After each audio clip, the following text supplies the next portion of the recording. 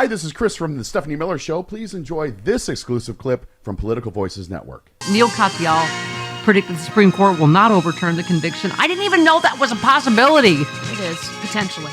To go to the Supreme Court over... Okay.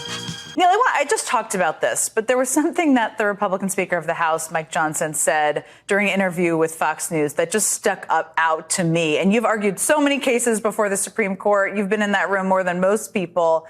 He basically seemed to suggest that the Supreme Court can be relied on to save Trump, like he has them in his pocket. Or, you could hear that.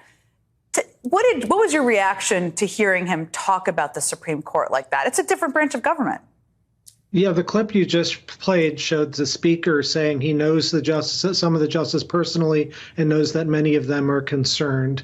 I have no idea, Jen, how he would know that. I mean, I know the justices personally, too. I have no stinking idea of what they might be thinking about this.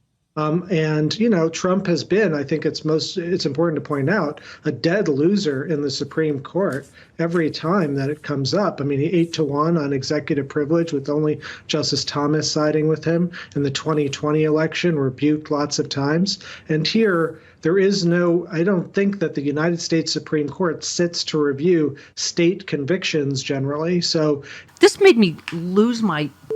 I know it happened a couple of days ago, but Speaker Johnson, the Speaker of the House of Representatives, calling for the Supreme Court to overturn a state conviction, a Manhattan conviction that has nothing to do with the DOJ or... Oh, God. What we'll do with our tools that we have in Congress, in the House, is we'll use our oversight responsibility. We've already done that. You saw our Judiciary Chairman, Jim Jordan, issue requests for Alvin Bragg, the DA in Manhattan, and for the lead prosecutor, Colangelo, to show up for a hearing on June 13th in our Select Committee on the Weaponization of the Federal Government, because that's what they've done. And the purpose of the hearing is to investigate what these prosecutors are doing at the state and federal level.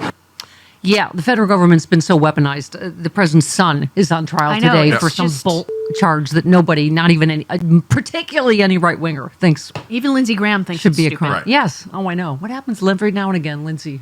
Every now and again, he hears John McCain in his ear. Yeah, like the devil, little angel. Yeah, he said of the Supreme Court, I think they're deeply concerned as we are. So I think they'll set this straight, but it's going to take a while. The process takes a while to play out. The Democrats know this. They're dragging it out. That was the whole objective. They want to bankrupt Donald Trump. They want to diminish his credibility and go after his character. I'm sorry, he didn't do that to himself. And how improper is it for the speaker to imply that he's talking to members of the Supreme Court about this? I mean, he's like, oh, I know several of them, and I just blah, blah, blah, blah, blah. He said that this will be overturned. There's no question about it. I mean, this is the thing. The minute and by the way, this was not some half and half. Right. 34 counts guilty, unanimous, the whole jury. Okay. Maybe they'll find some federal issue here and maybe there will be an appeal that will get there. But I think it's tough. And it's tough here, particularly because, Jen, the jury unanimously found Trump guilty, and not just of one count, but of 34 separate criminal convictions that are felonies. And they did so under the legal standard that is the hardest to prove for prosecutors, for government officials to prove in the system, beyond a reasonable doubt. They did it unanimously with all 12. They ran the table as they had to do in our system. Very, very hard to overturn that. Very hard to see the United States Supreme Court getting involved, despite what Speaker Johnson is insinuating.